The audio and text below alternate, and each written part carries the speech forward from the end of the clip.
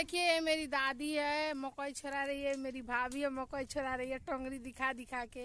आप सभी जरूर लाइक कमेंट कीजिए। देखिए कैसे टोंगरी दिखा रही है।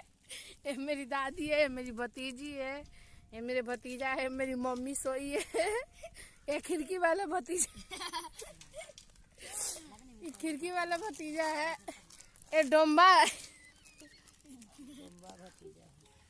देखिए दोस्तों, एक भतीजा उधर है, ये डोमिनिया है। ये मेरी भाभी है। दोस्तों प्लीज जल्दी जल्दी कमेंट कीजिए कैसा लगा। देखिए पूरा सब मकई छुड़ाने में मेहनत कर रहे हैं। देखिए सब है यार, देखिए मकई घुरेर घुरेर के मकई छुड़ाने में लगे हुए हैं। प्लीज कमेंट कीजिए प्यारा प्यारा कैसे हैं आप सभी, और आके जल्दी जल्दी मकई छुड़ा दीजिए। कैसा लग रहा है मकई भी देंगे, आ जाइए जल्दी।